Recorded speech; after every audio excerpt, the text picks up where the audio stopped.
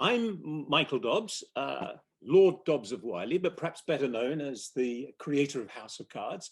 But there's competition out there. My dear friend David Amos has just published his memoirs. And since he's been in the political business now as a member of Parliament, almost 40 years, I think it's about time that he told us all about it. And he's done it gloriously in his book, his new book, Eyes and Ears. And he's going to be discussing that this evening with two of his parliamentary colleagues. It's a fabulous book. It's reflections of an extraordinary life as a great campaigner, a man who worked with Margaret Thatcher all those years ago and has been campaigning ever since on Brexit and on so many other issues. So the book is wonderful. David is fabulous, and you're going to have a great evening. I hope that you will enjoy both the book and this evening. Thank you. Next month, a book which I have written called Eyes and Ears, A Survivor's Guide to Westminster, will be published, part of which covers Brexit. And yes, by inference, everyone will be in the book. Would my right honourable friend agree with me that the last general election was not fought on how political parties might handle the coronavirus pandemic, but was categorically about ensuring that the result of the 2016 referendum was implemented in full? Will my right honourable friend confirm that that is what he intends to see happen? Prime Minister. I can indeed, Mr. Speaker, and I congratulate my right honourable friend on his new book. And if you were to read his excellent book, Madam Deputy Speaker, Eyes and Ears, probably available in all good bookshops, you would be aware that he is the proud patron of the Conservative Animal Welfare Foundation and has devoted much of his life to campaigning on behalf of our furry friends. Good evening, everyone, and welcome to my virtual book tour event. If you would like to ask me any questions during this premiere, please use the live chat box on the screen and I will do my best to answer your question. If you would like to purchase my book and support one of the 3 charities I'm raising money for with the sales, there are links in the description to Ian Dale's Politicos or Amazon. You can also get the book directly from the publishers, Luath Press, or through your own Member of Parliament, who I'm sure will be more than happy to collect a copy from my office at the House of Commons. I hope you enjoy the evening.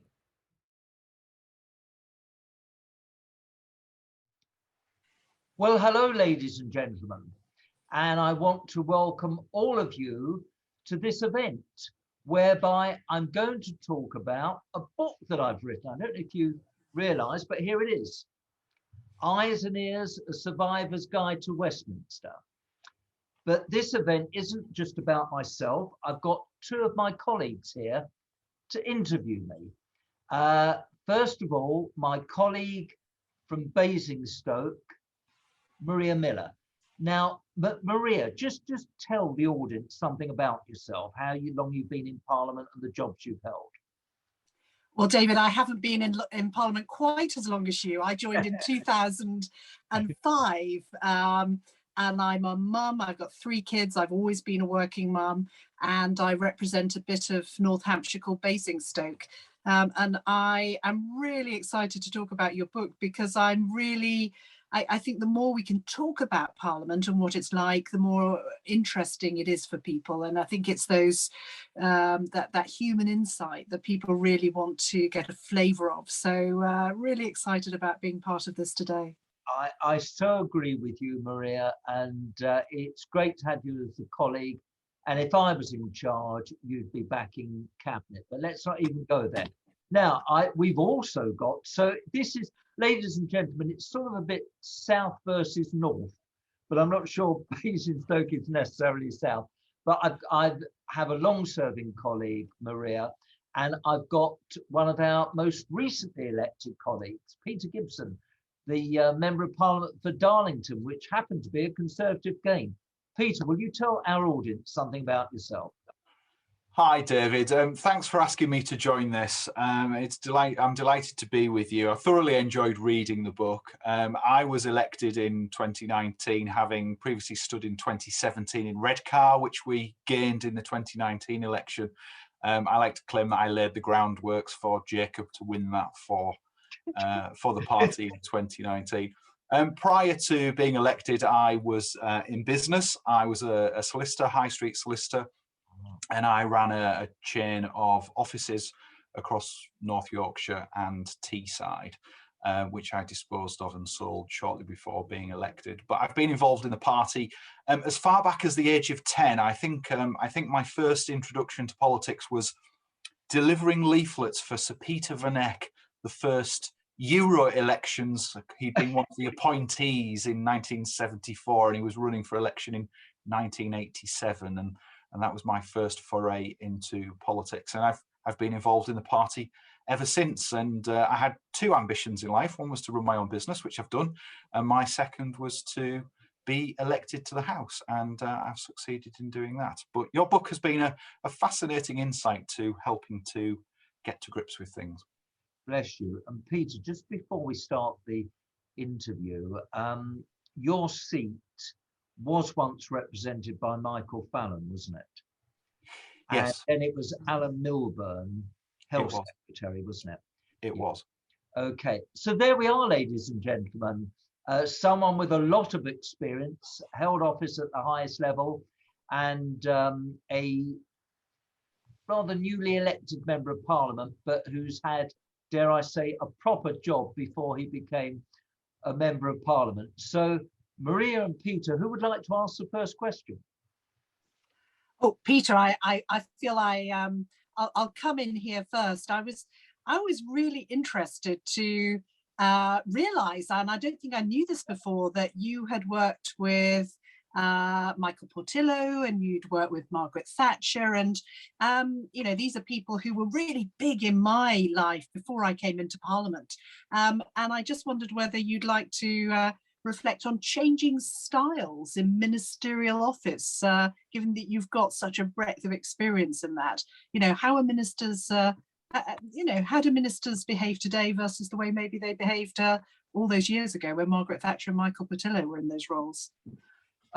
Maria, I'm certainly going to talk about Margaret and Michael, and I hope you, the viewers, will be interested. But I was just reflecting, Maria, that you and I have sat on the opposition benches, and there aren't so many of us who sat on the opposition benches.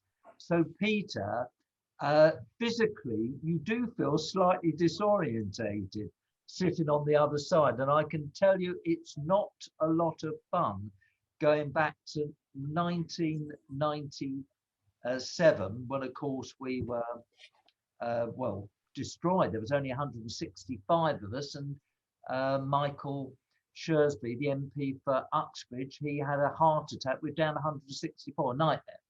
But Maria's asked me to talk about personalities and the changes.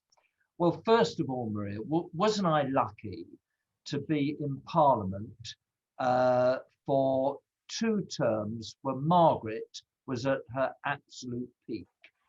And I'm sorry if this offends other prime ministers, but as far as I'm concerned, she has been the #1 prime minister in my time, and my goodness, she set a high bar. I mean, she was such a remarkable lady in every sense. And going way back, I did know Margaret just vaguely before she even became leader. And when she was elected leader and observing her rise to power, I have to say, Peter and Maria, she didn't only change our country and make it a better place in which to live. She changed the world and made the world a better place in which to live. And Maria, to answer your question, she totally dominated the Commons. And if we men didn't stand up to her, well, how pathetic are we? Because she liked robust arguments. And if you argued back, she didn't run away and sulk. she would welcome the robust debate that we had. She was an electric figure, and there are so many stories that I can tell about Margaret, but if we've got time, I'll go into a little bit of detail of that. But she was wonderful in that she knew everything about us. I don't know whether she had marvelous PPSs. The little things count. So if you were unwell, handwritten note.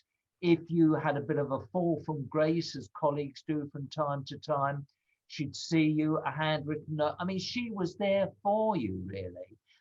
Not the image that was portrayed much later in life. So she was just wonderful. And I do miss the gatherings at number 10 Downing Street, where she'd glad hand you in, get you in the room as soon as possible. And there will be Dennis, standing there. Wonderful, wonderful times. Now, Michael Portillo, my goodness, he, Peter, I don't know if you recall, he won because Sir Anthony Berry was killed in the Brighton bombing. So right. Michael won a by-election in Southgate, and we got to know each other. I was asked to become a PPS. Now, don't take offence at this, Peter. Being a PPS in those days was a bit different to what being a PPS is these days, but the whole world has changed. And I was PPS to Michael Portillo, Edwina Curry. Oh my God, the stories I could tell you about Edwina, and Lord Skelmersdale, who sadly died. So when Michael was promoted to become Minister of State, then I became his sole PPS, and we had a ball together. There is no doubt at all that Michael Portillo was a huge figure in our party. He only lost out becoming leader by 1 vote. I have to say, I know that Michael won't take offence at this, but he didn't seem to have the same thirst for power when he lost in the by-election and then came back for Kensington and Chelsea as he did before. He seemed to have lost his passion. They made him Shadow Chancellor and all of that.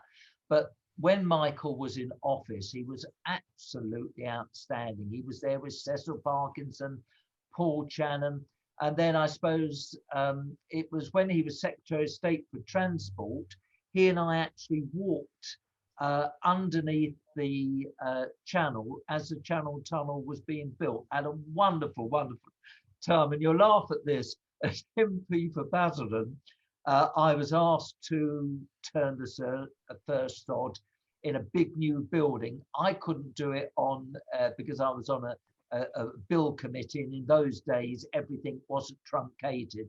The committees went on and on and on, and Michael Portillo actually deputised for me to turn the first sod. So rather than have a non-entity, they got a real celebrity. And Michael was a dominant figure in the House of Commons. And if I say, Maria, because you've got experience dealing with civil servants, apolitical, but they really admired him. Starting from Social Security, which is a difficult brief, but he actually understood all the detail. Maria, I could go on and on about these different personalities, but I better ask Peter now. It's your turn, Peter. David, there's a number of things in the book that really struck me. I was particularly taken by your analysis of characters and the types of personalities that are in the house, and that's been quite entertaining to sort of look around the chamber and think, which category does this new colleague fall into of David's categories? You've got to the heart of it all. It's been a really entertaining book. I thoroughly enjoyed reading it. But one of the things that really struck me, and has really struck the people that I've talked to about having read the book, is that, and you do mention it yourself, is that you came to sort of national prominence in 1992. And everybody I speak to, when I say, oh, you were in the house for far longer than that, they sound surprised about that. And you do address it in the book. Why do you think that it is that there's that perception that you only arrived in 92 and when you'd actually been there since 83? Really good question, Peter. And I bet Maria and Peter, you don't know that Andy Burnham tells everyone that he joined the Labour Party because of me. And he and I were both on the Health Select Committee together and got on extremely well. But he said it was when he saw my grinning face in that election that he thought, right, we've got to do something about it, and I'm going to get active in the Labour Party. And Peter, just before I comment on what you've just said, there will be another book, but I think I didn't want to be unpleasant about people. So I just thought I would typify them really, rather than name people. I know that the journalists and the media would have loved it if I ditched the dirt on all sorts of... Well, David, can I just say, I'm reading a number of other biographies at the moment, and you still come out as a gentleman. You haven't been unpleasant about anybody. You haven't dished the dirt on anybody, and it's still a pleasure to read. So you're kind. I mean, I've got really interesting stories, but well, I think they're interesting. But I think to be unpleasant about people, the truth does hurt, and I didn't want to do that. So look, Peter, in 1983, Parliament wasn't televised. My maiden speech is on an old-fashioned tape, and really, for a backbencher like myself to have had any prominence, it was a bit of a struggle, really. And Maria, I voted and spoke against the televising of Parliament. I can remember going through the division lobbies with Betty Boothroyd, who was very much in favour of televising our proceedings and became this super speaker. But she was saying, David, what is your view? I told her my view. She said, well, then you must persuade the House. Well, I didn't persuade the House. And really, it was televising our proceedings when everything took off. So I wasn't really known as a politician then. In 1983, I was 144th Labour seat that could be won. There was just one little reporter there. No one expected it. So, you know, okay, I was part of this big intake, but I was just sort of swallowed up, overshadowed by everyone else. And it was fairly after the 1987 election, when I was re-elected, that every time I stood up, now please don't cringe, both of you, I mentioned Basildon. So every time I stood up, I got Basildon into the speech, and you're both thinking, oh God, now David goes on about Southend becoming a city. So in those days, and then it was sort of drawing attention to myself, and everyone caught on to it. So on the Conservative side, I would stand up, the chamber was always packed, and there would be a huge cheer. And to get back to that 1992 election, Peter, as you know, we had, I didn't have one Conservative councillor, they're all Labour. The key officers were all Labour. I had the big machine against me. And I'm sitting in my office in 1 Parliament Street, and Anna Ford and David Dimbleby phoned me up and said, we'd like to be the first people to interview you. I thought, well, hang on, I'm not a national figure. Why do they want to interview me? It's because they'd been told by the Labour Party that I would be the first Conservative to lose their seat. And the Labour Council employed 100 Barclays bank tellers to get the result within an hour. So the whole thing was geared up that everyone would see my defeat first. And that would cheer Labour up, because we all know about the Sheffield rally and what went on with that. So it backfired. I mean, Peter, for 3 weeks, I not only had the national, but the international media following me around, frankly. And it was a nightmare. So when a count is concluded within an hour, you've hardly got time to get your breath. And of course, I'm thrust on the stage, and I was able to say, rejoice, rejoice, John Major is still Prime Minister. And in 4 weeks' time, we will have our local elections. And I want every resident in Basildon, the Labour chairman was shaking as he read out the result, to vote this rotten Labour council out of office. And they did. Every single Conservative candidate won. And it went from being ranked Labour to ranked Conservative. And what happened, Peter, is just walking along the street, anywhere, people would shake my hands because they wanted to congratulate me, because they'd seen it all on TV, and I got letters all over the world and all over the United Kingdom congratulating me for winning the election. Well, as we know, I was a very small cog in it all, but it was really the power of television, and the script has gone entirely wrong. Now, Maria, has that triggered anything in your mind? Well, I'm just thinking, David, you have had 7 prime ministers since you were first elected. And I only joined the show when Tony Blair was there, though very memorable. And I just wondered whether you wanted to reflect on the sort of the characters of prime ministers and how that affects the way Parliament runs, because I think you and I will probably say that it really does affect the way Parliament is. And if we think back to Tony Blair, when he was around, Gordon Brown, David Cameron, Theresa May, Boris Johnson, they all bring a different flavour. And I just wondered whether you wanted to reflect on that for a few minutes, because you've got this incredible perspective, which is, you know, almost unique in terms of being, you know, serving under 7 different prime ministers. Yeah, I think it's sometimes forgotten, Maria, that being prime minister is a huge job. And one thing I've seen the big change is people are overly ambitious. So before they've even been elected as an MP, they want to be a minister. And then so many people seem to want to be prime minister these days.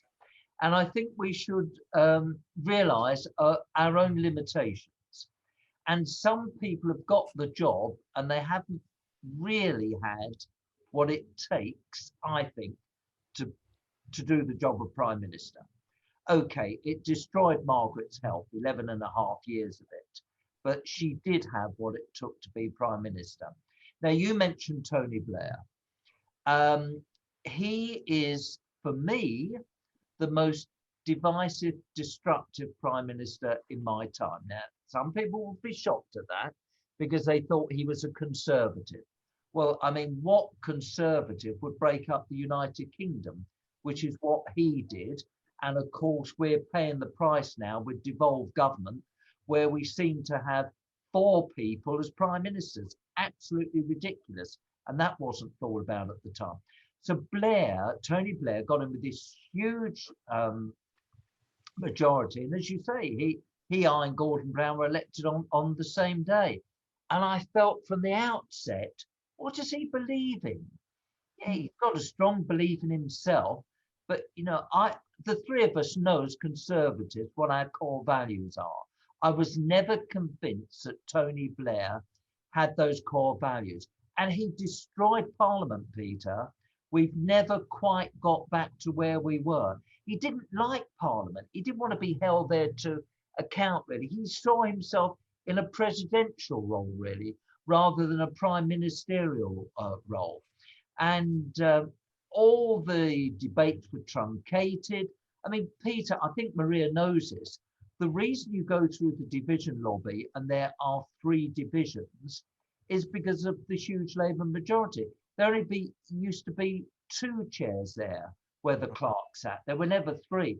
But what happened, because we had sort of 400 Labour members trying to squeeze through the division lobbies, you couldn't get it done in the allotted time for a division. So all that changed. And of course, he brought in the truncation of deliberation in committee stages.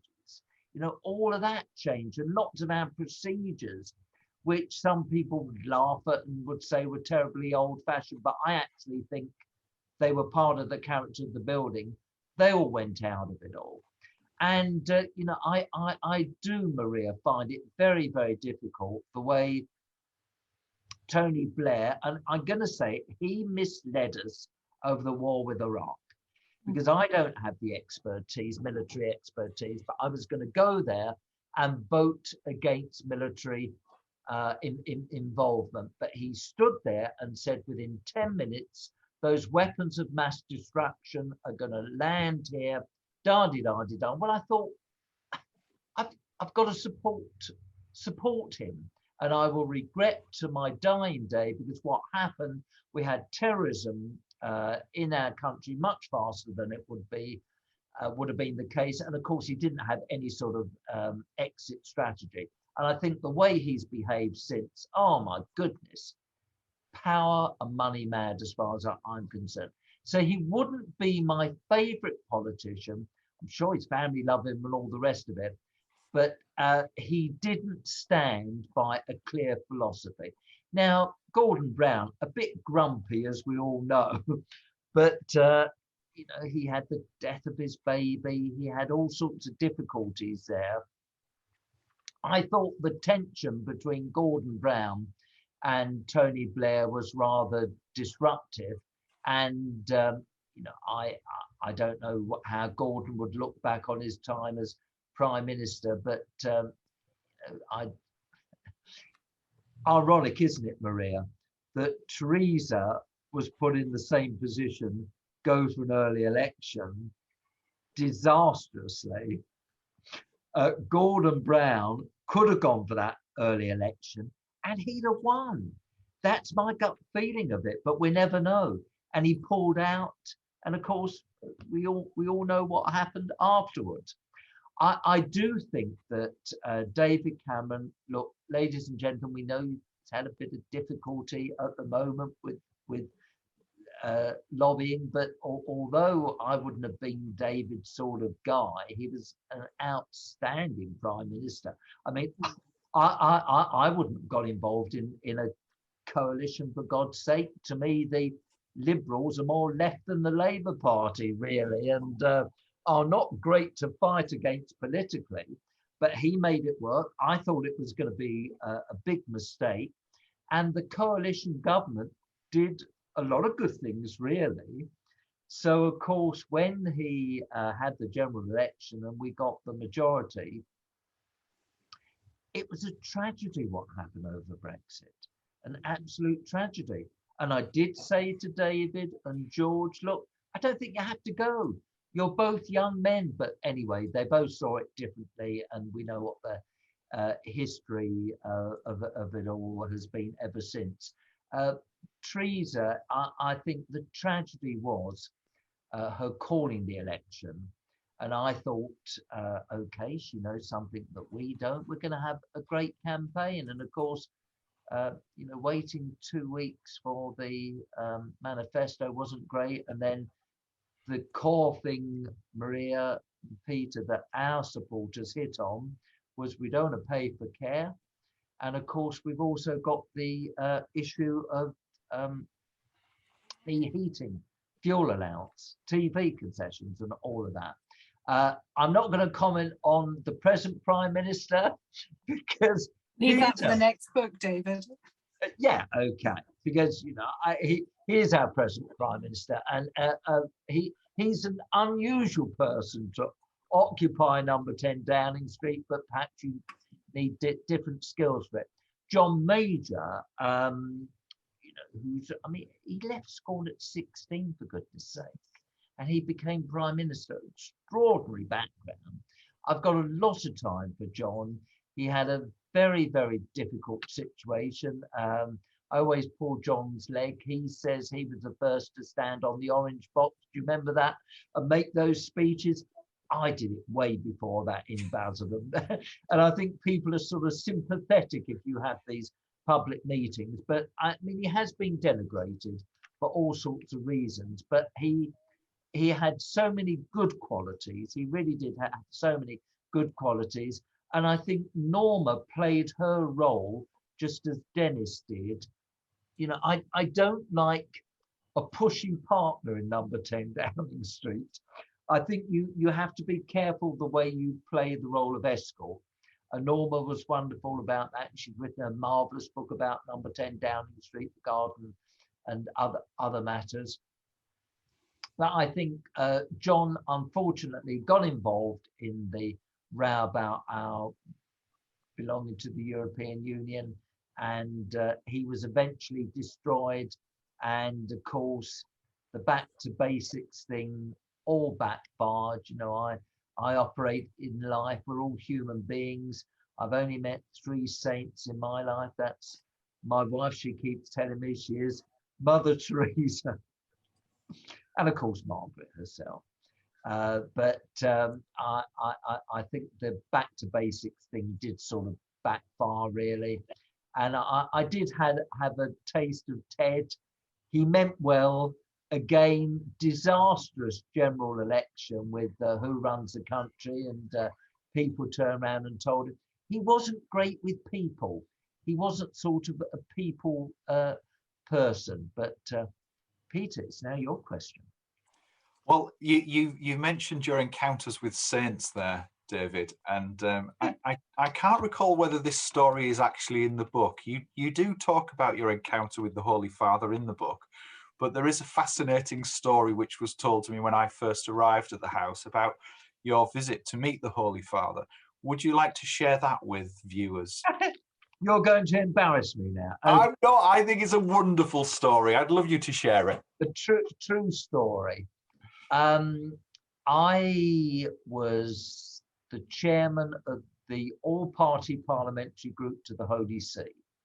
So I've got a collection of popes in my office, going back to John Paul II, who was just out of the world. And you know, I've got a daughter. What is she now? 36, and he's holding her as a baby. Wonderful, wonderful memories. So here we are. We're going to meet the retired pope. And each pope has done these audiences in a different way. And there we are in the Paul VI hall. And I and my colleagues, although you couldn't see it from the pictures, we weren't actually next to him. There was a crash barrier between us, but it was all arranged we were going to meet him. And I've got rosaries and all these things in my hands, getting the Holy Father to bless me without to bless the rosary without any warning. This woman next to me elbowed me. Everything fell on the floor, so I had to slide down and pick up from the floor the rosary. Next minute the Pope is upon me, and there he is blessing a green mint. So it became known as not the polo, the holy mint, but I said it would go in the coffin with me. But I've got so many wonderful stories. Actually, Maria, on one trip there with Nigel Evans and our late colleague Bram Binley, who came with us on one of the trips to the Pope. Great. Because presumably, Peter, because you've only been elected when we've had the pandemic, you haven't been on any overseas trips, have you? No.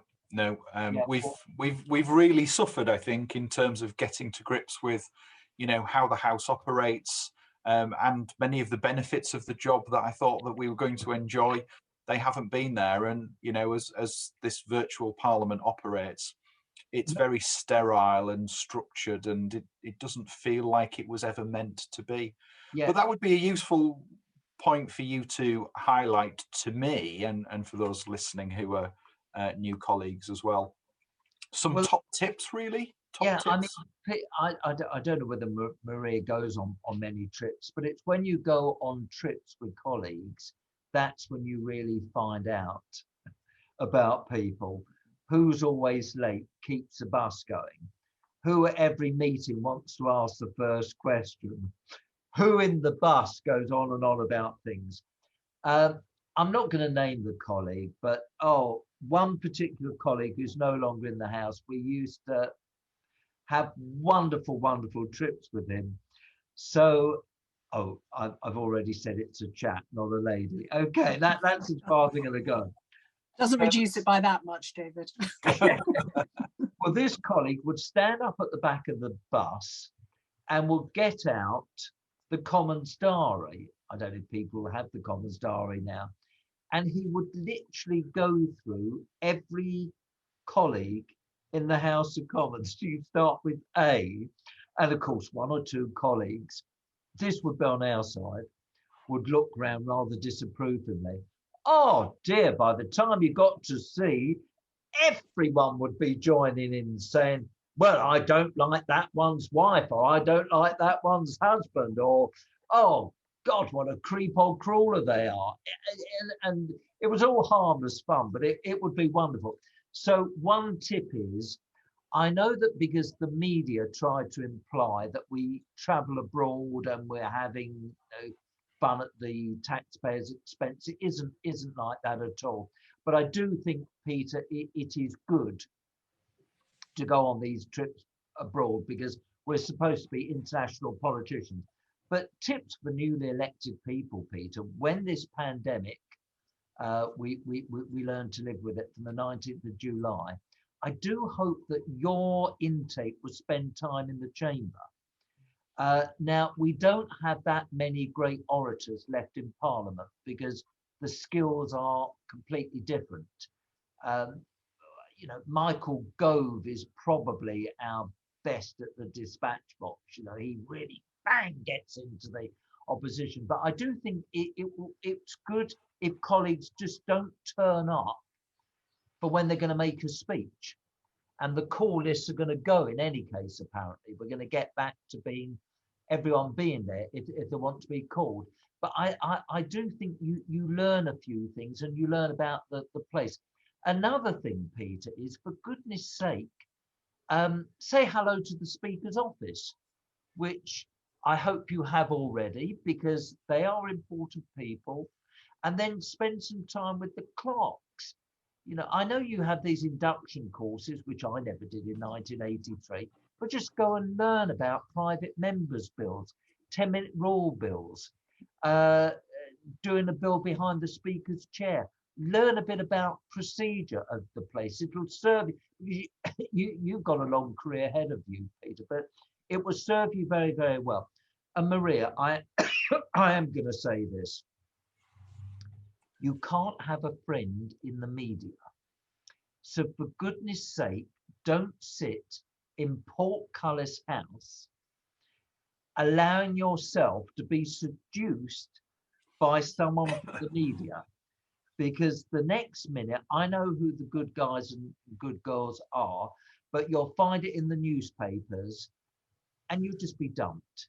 And you'll have said something unfortunate about a colleague or leaked a story. Now, I just despair now that in the 22 committee meetings, people are tweeting about it. This is absolutely ludicrous. Absolutely ludicrous. I mean, we call ourselves honourable and right honourable because there's supposed to be a code of conduct between us. So, and the press gallery, no one's there anymore. It's completely empty. It used to be a big thing going back to when Chris Moncrief, and if you don't know who Chris Moncrief was, he was a legend in the press gallery. Sort of Google him. And I also think, Peter, I don't know what Maria's take of it, the tea room used to be absolutely crucial. We would sit, gossip, we would be there until the wee hours of the morning, and you would learn so many things. You know, I could talk about Nicholas Fairbairn, go way back to real characters there. You would learn so much from the tea room. But I do mean this, Peter, among our own colleagues, be very, very careful who you trust. We are all capable of being two-faced. We no longer stab you in the back, we can stab you in the front. And you're everyone's best friend if they want you to vote for them. And then you're dumped straight away. And I think you've got to get to know colleagues, really. I don't give people second chances if they drop me in it. But there is a certain shallowness, really, that you have to find out who's to be avoided, etc. So be very, very careful, Peter, who you Trust. I'm not going to draw you in on this, Maria, but what would you like to ask me next? Well, David, it's really fascinating to hear your sort of huge perspective on Parliament, and but the obviously what you're doing here today is also raising money for charities, which is fantastic. And I just wondered whether you could talk a little bit about some of the charities that you're supporting through the book that you've written. Thank you for giving me the opportunity, because Peter, we're drawing to the close of this session, and ladies and gentlemen, I really want to thank you so much for viewing this podcast. Is it a podcast? I guess it is. Yeah. It is, isn't it? Why shouldn't it be a podcast? And it's all about this book.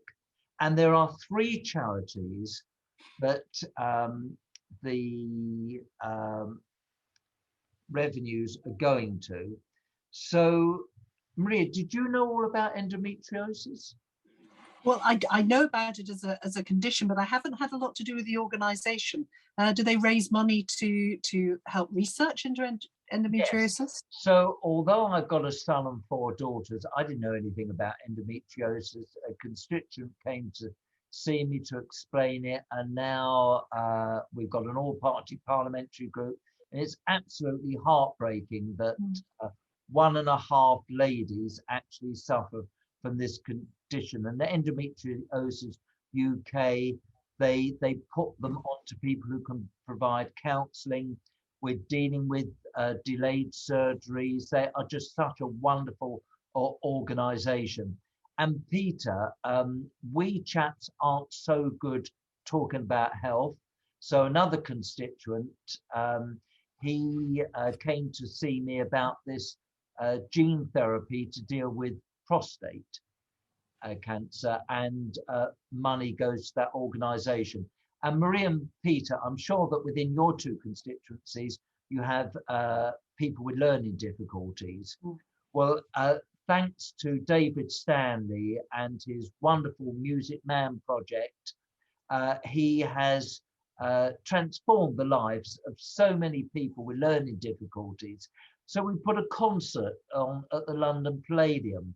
We put a concert on at the Royal Albert Hall, and I will always be grateful for our colleague Penny Mordaunt, who took a box there and saw the whole thing live at the Royal Albert Hall. And we are going to, when the pandemic allows us to, we're going to go to Broadway, and they're going to put a concert on there for that. So that's where the money is going to. So in conclusion, ladies and gentlemen, Maria, do you still enjoy being a Member of Parliament? It's an amazing job. It's like no other, and it's an enormous privilege. And we all know it's not a job, it's a way of life, isn't it? So you can't just enjoy it, you've got to love it. And David, I think you're a great example of somebody who's still, after how many years, still loves the job, and you exude that every time you stand up in the House of Commons to speak. Maria, I'm going to say this: you are an outstanding Member of Parliament. You do a wonderful job on behalf of your residents in Basingstoke, and you are a senior member who manages to combine the roles absolutely brilliantly. So, Peter, if there are any new female colleagues in your intake who want a bit of advice, they couldn't do better than go to Maria. So final word to you, Peter. Are you the red wall? Well, there's a bit of a debate about whether I am or I aren't. My preferred description about Darlington is that we're a lagging bellwether. We've been a Conservative seat, we've been a Labour seat. And, sadly, Michael lost in 92. He could have potentially hung on till 97 in Darlington. So we're not completely red wall, but we're bounded by red wall seats. This job is an amazing job. It's truly incredible that it's so diverse. You can be dealing with a constituent whose telephone line is cut off 1 minute and you're at a Downing Street reception the next, and you're talking to the chief executive of an organisation to solve train line problems another, and then you're out picking litter with a community group. There's nothing as diverse as this job. But really for many of my intake, it feels as though we haven't really started yet. And I'm looking forward to the period after recess when we can start to get to grips with work in the chamber and being around the house. And your book has been an invaluable insight to what it's really like, David. So thank you for inviting me along. Well, Peter, Maria and I are just so pleased to have you as a colleague. And after the 19th of July, we're looking forward to getting to know you even better, Peter. So please, ladies and gentlemen, do buy the book. All the money goes to charity. Thank you, Maria, and thank you, Peter. Goodbye, everyone.